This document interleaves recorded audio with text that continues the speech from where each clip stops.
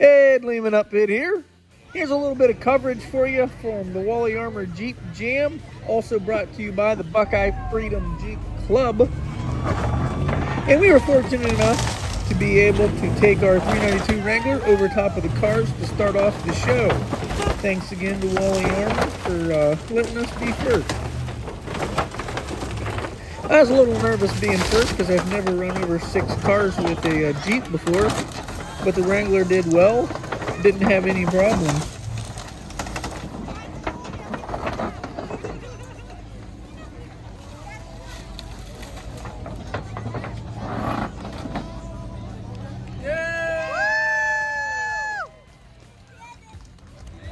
I was surprised how many people turned out.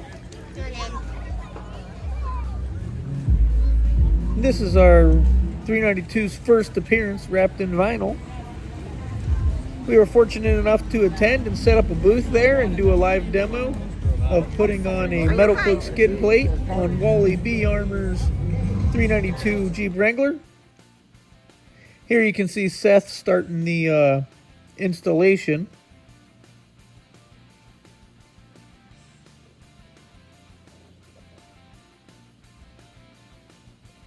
Now let's go check out all of the other rigs that showed up.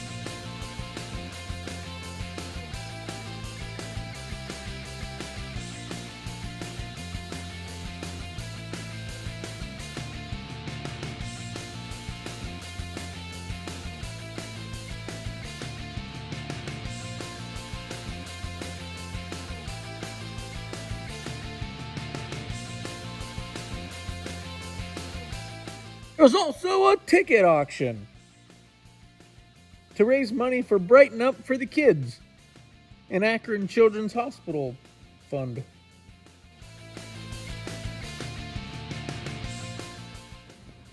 And then it was Seth's turn in the Gladiator. You excited, Seth? That's Seth. He sure is a talker. I did warn him that I thought the Gladiator was a little too long to be running over vehicles. Let's see if I was right.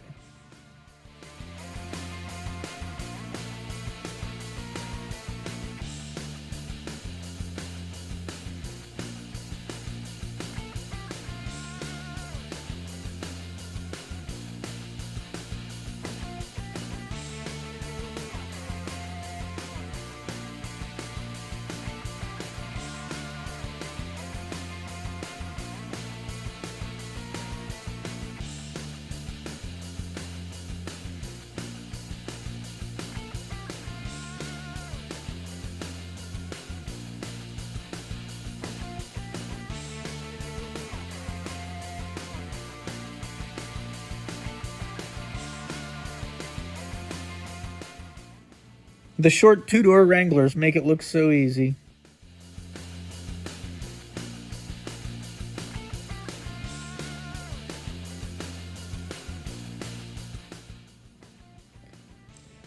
As soon as that right rear tire fell down inside of the trunk of that Lincoln LS, I knew it was done. The long wheelbase on the Gladiator just makes it to where the frame wants to get hung up on different kind of obstacles.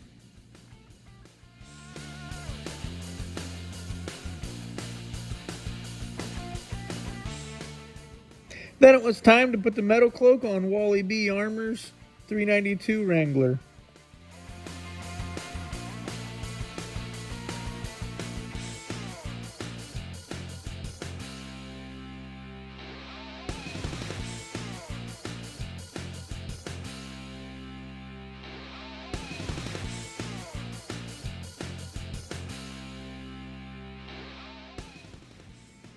Under Jeep protection is important.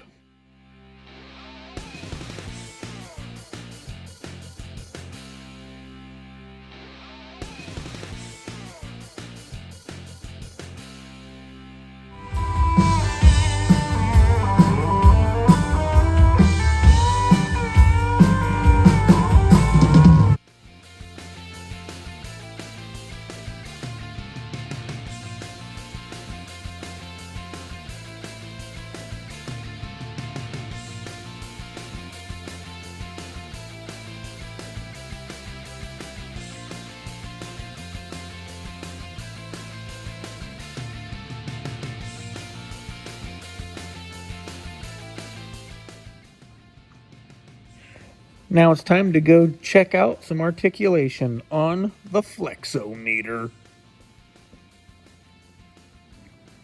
At the shop, we use a forklift to see how much articulation you have and to adjust bump stops.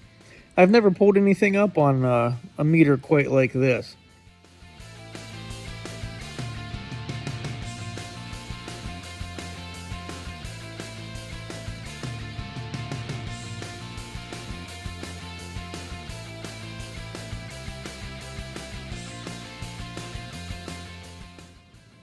But right about here, I realized I should have been in four-wheel drive because I started spinning a back tire.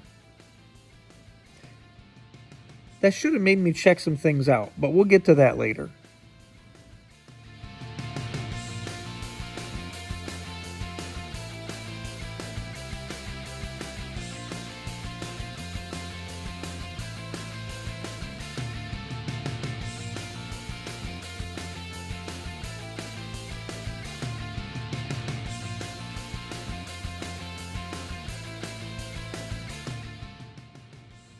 Then we decided we'd go ahead and take the 392 back over top of the cars again.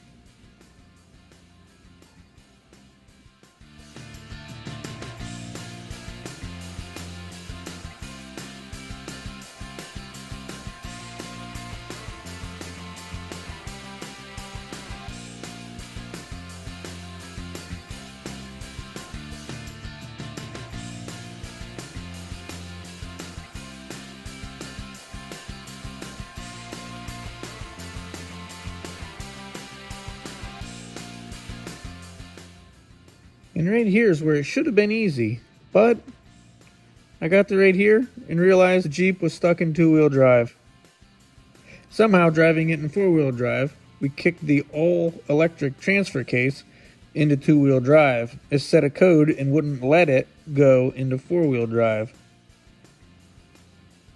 The 392 has a transfer case that is different than other Wranglers.